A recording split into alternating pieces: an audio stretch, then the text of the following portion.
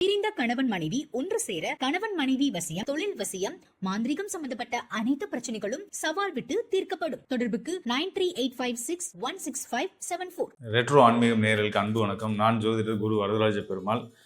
நம்ம சேனலில் வர நிகழ்ச்சி மூலயமா உங்களை சந்திக்கிறதுல மிக்க மகிழ்ச்சி. நம்ம என்ன பார்க்க போகிறோம் அப்படின்னா பார்த்தீங்கன்னா, ஒவ்வொரு ராசிக்கும் இப்போ நடந்திருக்கிற சுக்கிரனுடைய பயிற்சி, அதாவது நம்ம கும்பராசிலேருந்து மீன ராசிக்கு தன்னோட உச்ச வீடான மீன ராசிக்கு சுக்கிர பகவான் வந்திருக்கார். ஸோ இது வந்து பார்த்திங்கன்னா மே 31 வரைக்கும் இந்த நிலை தொடர்றதா இருக்குது. இந்த சுக்கிரனுடைய நிலை வந்து ஒவ்வொரு ஜாதகர்களுக்கும் ஒவ்வொரு ராசிக்காரர்களுக்கும் முக்கியமானது.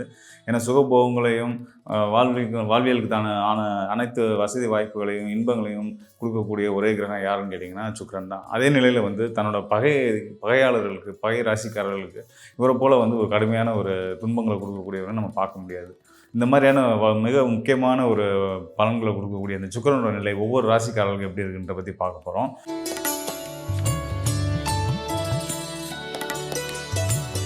காலபுருஷனுக்கு 6ஆம் வீட்டு அதிபதியாக 6ஆம் இடமாக வரக்கூடிய கன்னிராசிக்காரர்களுக்கு என்ன பலன் தரப்போகிறாரு அப்படின்றத பார்க்க போகிறோம். கன்னிராசி அப்படின்னு எடுத்துட்டோம்னா முன்னாடி சொன்ன மாதிரி காலபுருஷனுக்கு 6ஆம் இடத்துடைய வீடு. 6ஆம் இடம் அப்படின்னாலே வந்து ருணரோக சத்ருஸ்தானம்னு சொல்லுவாங்க. காலபுருஷனுக்கு ருணரோக சத்ருஸ்தான ஸ்தானமாக வரக்கூடிய அந்த 6ஆம் இடத்துக்குரிய கன்னிராசிக்காரர்களுக்கு இந்த சுக்கிரனுடைய நிலை, அதாவது ஜனவரி 28 மே 31 வரைக்குமான காலத்தில் சுக்கிரன் உச்ச பலம் பெற்று மீனராசியில் இருக்க போகிறாரு. ஸோ இந்த காலம் எப்படியான பலன்களை கொடுக்க போகுது, அது போக இதனுடைய தொடர்புடைய இந்த சுக்கிரனுடைய தொடர்புடைய கேந்திர தொடர்புடைய குருவோட நிலை என்னவா இருக்குது, குரு வந்து மிதுன ராசியிலேருந்து என்ன பலன்கள் கொடுக்க போகிறாரு மே 11 மேலேருந்து, அதை தொட்டு சனி ராகு அவங்களோட நிலை ராசிக்கு 6ஆம் இடத்துல தொடரக்கூடிய சனி ராகு என்ன பலன் தர போகிறாங்க அப்படின்றது எல்லாத்தையும் கலந்து ஒரு பலன் பார்க்க போகிறோம். ஸோ தொடர்ந்து காணொலியை பாருங்கள், நிச்சயமாக உங்களுக்கு பயனுள்ளதாக இருக்குன்றத நம்புகிறேன். அதாவது கன்னி ராசி அப்படின்னு எடுத்துக்கிட்டோம்னாலே வந்து ஒரு அதிபதி யாருன்னு பார்த்தீங்கன்னா புதன் வந்து புத்திக்காரகன்னு சொல்லுவாங்க. புத்திக்காரகங்கள் மட்டும் இல்லாமல் வணிகத்திறன் ஒருத்தருக்கு சிறப்பாக இருக்கும் அப்படின்னா வந்து புதனுடைய பலம் நல்லா இருந்தால் மட்டும்தான். ட்ரேடிங் இந்த மாதிரி ஏஜென்சி இந்த மாதிரியான துறைகளில் ஈடுபட்டு அது மூலிமா பெருசாக சம்பாதிக்கக்கூடிய பண்புகள் வந்து இந்த புதனுடைய கன்னிராசி மிதுன ராசிக்காரர்களுக்கு உண்டு. ஸோ இதில் குறிப்பாக அந்த கன்னிராசிக்காரர்கள் வந்து பார்த்திங்கன்னா பொதுவாக எல்லாத்தையுமே வந்து கேர் பண்ணிக்கக்கூடிய, எல்லாத்துக்குமே ஒரு அக்கறை எடுத்துக்கக்கூடிய ஒரு தாய் தந்தையை போல் அடுத்தவங்கன்ட்டு நான் சொல்வது நண்பர்களாகட்டும், உறவுகளாகட்டும், சகோதரர்களாகட்டும், எல்லாத்துக்குமே வந்து ஒரு தாய் ஸ்தானத்தையும் தந்தை ஸ்தானத்தில் இருந்து அன்பு செலுத்தக்கூடிய நபர்களாக இருக்கக்கூடிய வந்து கன்னிராசிக்காரர்கள். இப்படி வந்து அதே நேரத்தில் புத்தி கூர்மை நம்ம புதனுடைய ஆதிபத்தியத்தில் வரனால புத்தி கூர்மையும் சிறப்பாக இருக்கும் அப்படின்னு பற்றி நம்ம சொல்லியிருந்தோம். இதை கடந்து வந்து பார்த்திங்கன்னா கதை, கவிதை, தமிழ் புலமை, ஏன்னா புதன் உச்சம் பெற ராசியே தான் கன்னிராசி தான். ஸோ அப்படின்னும்போது வந்து இந்த விஷயங்கள்லாம் ரொம்ப நிபுணத்துவம் வாய்ந்தவங்களாக இருப்பாங்க. கட்டுரைகள் எழுதுறது, படிக்கிறது எல்லாம் வந்து இப்போ இன்றைக்கி வந்து டிஜிட்டல் யுகமாக மாறினாலும் புத்தகம் படிக்கிறது, புத்தகம் எழுதுறது இல்லைனா வந்து ரொம்ப ஈடுபாடுடைய ராசிக்காரர்களாக அந்த கன்னிராசிக்காரர்கள் இருந்துகிட்ருப்பாங்க. இப்படிப்பட்ட கன்னிராசிக்காரர்களுக்கு சிறப்பு பண்புகள் கொண்ட அந்த கன்னிராசிக்காரர்களுக்கு இந்த சுக்கிரனுடைய பயிற்சி காலம் என்ன மாதிரியான யோக பலன்களை கொடுக்க போகுது அப்படின்னு பார்த்தீங்க அப்படின்னா வந்து சுக்கிரன் முதல் இந்த கன்னிராசிக்கு யார் ஸ்தான அடிப்படையில் என்ன பலன்களை கொடுப்பாருன்னு பார்த்தோம்னா, ஸ்தான அடிப்படையில் கன்னிராசிக்கு 2ஆம் இடத்துக்கும் 9ஆம் இடத்துக்கும் அதிபதியாக வராரு. 2ஆம் இடம் அப்படின்னு சொல்லக்கூடியது வந்து தனஸ்தானம், வாக்குஸ்தானம், குடும்பஸ்தானம். மேலும் 9ஆம் இடம்னு சொல்லக்கூடியது வந்து பாக்கியஸ்தானம் சொல்லுவாங்க. நம்மளோட அதிர்ஷ்டங்கள், யோகங்கள், பிதிர்வலி, ராஜ்ய ஆதாயங்கள் இதெல்லாம் பற்றி சொல்லக்கூடிய ஸ்தானமாக 9ஆம் இடம் இருந்துகிட்டு இருக்குது. ஸோ இந்த 2 ஸ்தானத்துக்கும் அதிபதியாக சுக்கிரன் இருந்துகிட்டு இருக்காரு. அதாவது 2ஆம் இடம்னு வரக்கூடிய தனஸ்தானம், குடும்பஸ்தானம்ன்றது துளாராசியாகவும், பாக்கியஸ்தானமாக வரக்கூடிய 9ஆம் இடம் ரிஷபராசியாகவும் வந்திருக்கு. இந்த 2 வீடுமே வந்து சுக்கிரனுடைய வீடுகள் தான். இந்த 2 வீட்டுக்கும் அதிபதியான சுக்கிர பகவான் இப்போ வரைக்கும் 6ஆம் இடத்துக்குரிய கும்பராசி அதிபதியான சனியுடன் சேர்ந்து சனி கூட இருந்துகிட்ருக்காரு. இது ஒரு சிறப்பான காலம் அப்படின்றத தாண்டி இதுக்கு அடுத்து நடக்கிறதுக்கு இந்த சுக்கிர பயிற்சியுடைய காலம் வந்து பார்த்திங்கன்னா சுக்கிரன் எங்கே வர்றாரு அப்படின்னா மீன ராசிக்கு வர்றாரு. இந்த மீன ராசியில் இருந்து குருவுடைய நேரடியே பார்வை சமசப்தமாக பார்வைன்னு சொல்லுவோம். 7ஆம் பார்வை வந்து கன்னி ராசி மேலே விழுகுது. ஸோ ராசிக்கே குரு பார்வை கிடச்சிருச்சு அப்படின்னா நமக்கு யோகத்தை செய்யக்கூடிய தனஸ்தானத்துக்கு அதிபதியான பாக்கியஸ்தானத்துக்கு அதிபதியான குருவோட பார்வை, சுக்கிரனுடைய பார்வை நமக்கு கிடைக்குது அப்படின்னும் போது, கன்னிராசிக்காரர்களுக்கு கிடைக்குது அப்படின்னும் போது வந்து நம்ம யோக காலத்துக்குள்ளே வந்துட்டோம்னு அர்த்தம். எவ்வளோ சங்கடங்கள் இருந்தாலும் அதெல்லாம் தீர்ந்து ஒரு சுபிச்சங்களை பெற போகிறோன்னு அர்த்தம். இந்த சுக்கிரன் வந்து நம்ம மகாலட்சுமியை அதிபதியாக மகாலட்சுமி தான் சொல்லுவாங்க. இப்போ மகாலட்சுமியோட கருணை உங்களுக்கு கிடைச்சதாக அர்த்தம். மகாலட்சுமியோட பார்வை பட்டுச்சு அப்படின்னா நீங்களும் ஒரு சுபிச்சக்காரனாக மாறிடுவீங்க. ஸோ அந்தளவுக்கு உங்களுக்கு வந்து என்னென்ன வகையிலனா செல்வாக்கு, நண்பர்களாக வழியில் ஆதாயங்கள், குடும்பத்துக்குள்ளே ஒற்றுமையில் ஏற்படக்கூடியது, கணவன் மனைவி உறவுகளில் இன்னும் ஒரு நல்ல ஒரு இணக்கமான சூழ்நிலை ஏற்படக்கூடிய சூழலும் இந்த சுக்கிரனுடைய பார்வை மூலமாக உங்களுக்கு கிடைக்க போகுது. அதாவது அது மட்டும் இல்லாமல் வண்டி வாகன யோகம், பொதுவாக அந்த கன்னி ராசிக்காரர்களுக்கு திருமண தடைன்றது கொஞ்சம் தொடர்ந்து இருந்துகிட்டு தான் இருந்திருக்கும். ஸோ அப்படிப்பட்ட நிலையில் இருந்து உங்களுக்குமே வந்து திருமணம் சம்மந்தமான முயற்சிகள் நல்லபடியாக முடியணும்னு நினைக்கிறவங்களுக்கு இந்த சுக்கிர பயிற்சி காலம் வந்து சிறப்பான யோக காலம்ன்றதை சொல்லலாம். நல்ல முறையில் வரன் கூடி வர்றதுக்கான ஒரு அற்புதமான காலமாகவும் இருந்துகிட்டு இருக்கின்றதை நம்ம சொல்லிடுறேன்.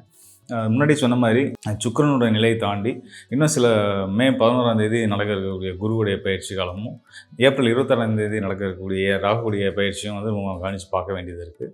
இதில் வந்து பார்த்திங்கன்னா இந்த ஏப்ரல் 26ஆம் தேதி ராகு வந்து மீனத்துலேருந்து கும்பத்துக்கு வர போகிறாரு. கும்பத்தில் ஆல்ரெடி சனி பகவான் இருந்துகிட்ருக்காரு. சனியோடு கூடக்கூடிய அந்த ராகு 6ஆம் இடத்து ராகு, 6ஆம் இடத்து சனி, இந்த 2 பேரும் சேர்ந்து 6ஆம் இடத்தில் இருக்கக்கூடிய கிரகங்கள் அசுபர்களாக இருக்கும் பட்சத்தில் நல்ல யோக பலன்களை மட்டுமே தருவாங்கன்றது ஜோதிட விதி. அந்த வகையில் உங்களுக்கு சனி ராகுவுமே கூடுதலாக நல்லது செய்ய போகிறாங்க. அதுக்கு மேலே வந்து பார்த்திங்கன்னா மே 11ஆம் தேதி குரு பயிற்சி ராசிக்கு கன்னி ராசிக்கு 9ஆம் இடமான ரிஷபராசியில் இருந்து இருக்கக்கூடிய குரு பகவான் பயிற்சியை ராசிக்கு 10ஆம் இடமான தொழில் சார்ந்து வரப்போகிறாரு. தொழிலில் நல்ல மாற்றங்களை கொடுக்க போகிறாருன்னு அர்த்தம். தொழிலில் 10ஆம் இடத்துக்குள்ள இருக்கக்கூடிய குருவுக்கு 9ஆம் இடமான உங்கள் ராசிக்கு 6ஆம் இடமாக வரக்கூடிய கும்பத்தில் சனி ராகு இருந்துகிட்ருக்காங்க. அப்போ 9ஆம் பார்வை குருவுடைய 9ஆம் பார்வை வந்து சனிக்கும் ராகுக்கும் கிடச்சிருக்கு.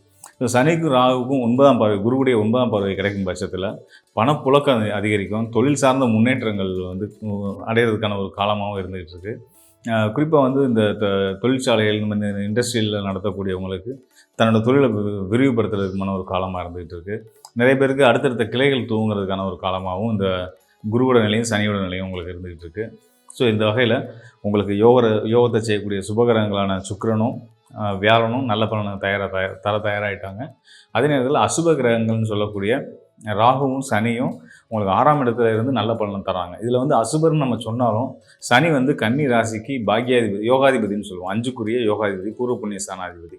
ஸோ அந்த வகையிலையும் சனி வந்து உங்களுக்கு நிறைஞ்ச யோகங்களை தான் கொடுப்பாரு. உங்களோட பூர்வீக சொத்து வழியில், சகோதர உறவு வழியில் எதுவும் பிரச்சனைகள் இருந்தாலும் அதெல்லாம் தீர்ந்து நல்ல விதமாக உங்களுக்கு வந்து உங்களுக்கான நியாயங்கள் கிடைக்கிறதுக்கான நீதி தேவனான சனியோட அருளால் உங்களுக்கான நியாய தர்மங்கள் கிடைக்கிறதுக்கான ஒரு அனுகூல காலமாக எடுத்துக்கலாம். கூடுதலாக வந்து பார்த்திங்கன்னா இந்த கடன் சார்ந்த சிக்கல்களில் இருக்கவங்களுக்கு கடன் தீர்றதுக்கு ஒரு உகந்த காலமாகவும் நம்ம சொல்ல முடியும். இது எல்லாமே வந்து சுக்கிரனுடைய அனுகிரகத்தினால, சுக்கிரனுடைய அனுகூல பார்வையினால், சுபிச்சக்காரகனால் அனுகூல பார்வை உங்களுக்கு கிடைக்கிறதுனால நீங்களும் ஒரு சுபிச்சக்காரனாக வாழ்க்கையை வாழ போகிறீங்க, என்ஜாய் பண்ண போகிறீங்க அப்படின்றத நம்ம தெரிஞ்சுக்கலாம்.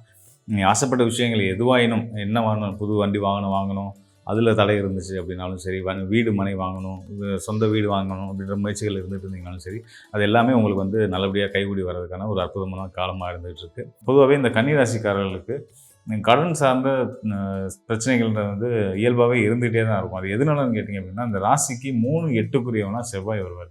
செவ்வாய் தான் வந்து கடனை குறிக்கக்கூடிய கிரகமாக இருந்துகிட்டு இருக்கிறதுனால வந்து கடன் தொடர்புன்றது வந்து இந்த கன்னிராசிக்காரர்களுக்கு எப்போயுமே ஒரு பிரச்சனைக்குரிய விஷயமாக தான் இருந்துகிட்ருக்கும். எப்போயுமே அது சார்ந்த சிந்தனைகள் இருந்துகிட்டே தான் இருக்கும். சகோதர வழி பிரச்சனைகளுமே ஒரு சிலருக்கு இருந்துகிட்டு இருக்கும் கன்னிராசிக்காரர்களுக்கு. இந்த விஷயங்கள்ல இருந்தெல்லாம் நீங்கள் விடுபடணும் அப்படின்னா வந்து நீங்கள் வந்து வாராகி வழிபாடு, சொர்ணாகர்ஷண பைரவர் வழிபாடு இதெல்லாம் வந்து நீங்கள் தொடர்ந்து செஞ்சு வந்துட்டு இருந்தீங்கன்னா இந்த சிக்கலெல்லாம் நீங்கள் நிம்மதியான ஒரு நிலைக்கு நீங்கள் வர முடியும். கடனை பற்றி கவலைப்படாதீங்க. பணம் நல்லா வர்றதுக்கான வழிமுறைகளை ஏற்படுத்திக்கிட்டோம்னா நம்ம கடனை பற்றி பயப்பட வேண்டியதில்லை. கடன் வந்து கெட்ட விஷயமும் கிடையாது. கடன் நம்மளோட வளர்ச்சிக்காகவும் நம்மளோட வீழ்ச்சிக்காகவுமே வந்து அது கிட்டத்தட்ட ஒரு ஆயுதம் போல தான், ஒரு கத்தியை போல தான் வச்சுக்கோங்களேன். கத்தியை நம்ம வந்து நம்ம ஆதாயத்துக்கும் பயன்படுத்தலாம், பாதகத்துக்கும் பயன்படுத்தலாம். அப்படி இருக்கிற பட்சத்தில் வந்து நம்ம எப்படி பயன்படுத்த போகிறோம் அப்படின்றத பொறுத்து தான் அந்த கடனால் நம்ம வளர போகிறோமா வீழ போகிறோமான்றது இருக்குது. ஸோ அந்த பக்குவம் அறிஞ்சு செயல்படுறதுக்கு நீங்கள் வந்து இறை வழிபாடுன்றது உங்களுக்கு ரொம்ப அவசியம். குறிப்பாக நீங்கள் இந்த காலகட்டங்களில் வந்து கோச்சார கிரகங்கள் உங்களுக்கு ரொம்ப சிறப்பாக நல்ல பலனை கொடுத்துட்ருக்கிறதுனால இதை பற்றி நீங்கள் கவலைப்படாமல் தைரியமாக உங்கள் எண்ணம் போல் நீங்கள் வந்து முயற்சி பண்ணி மேலும் வளர்ந்து வர முடியும் அப்படின்னு உங்களுக்கு தெளிவுபடுத்திக்கிறேன். கூடுதலாக உங்களால் முடிஞ்ச உதவிகளை இல்லாதவங்களுக்கு செஞ்சு அது மூலயமா புண்ணியங்களை நீங்கள் சம்பாதிச்சு இன்னும் சிறப்பான யோகங்களை பெறணும் அப்படின்றத நான் உங்களுக்கு கூறுகிறேன். அது மட்டும் இல்லாமல் மகாலட்சுமி வழிபாடு, மகாவிஷ்ணு வழிபாடு இதெல்லாம் வந்து நீங்கள் தொடர்ந்து பண்ணி வரும்போது உங்கள் வாழ்க்கையில் இன்னும் நீங்கள் மேலும் பல உயரங்களை அடைய முடியும். அதுக்கு அடித்தளமாக இந்த இப்போ இருக்கக்கூடிய கிரக சூழல் காரணமாக இருக்கும் அப்படின்றத நான் வந்து உங்களுக்கு தெரிவித்து நன்றியுடன் விடைபெறுகிறேன். நன்றி, வணக்கம் நண்பர்களே.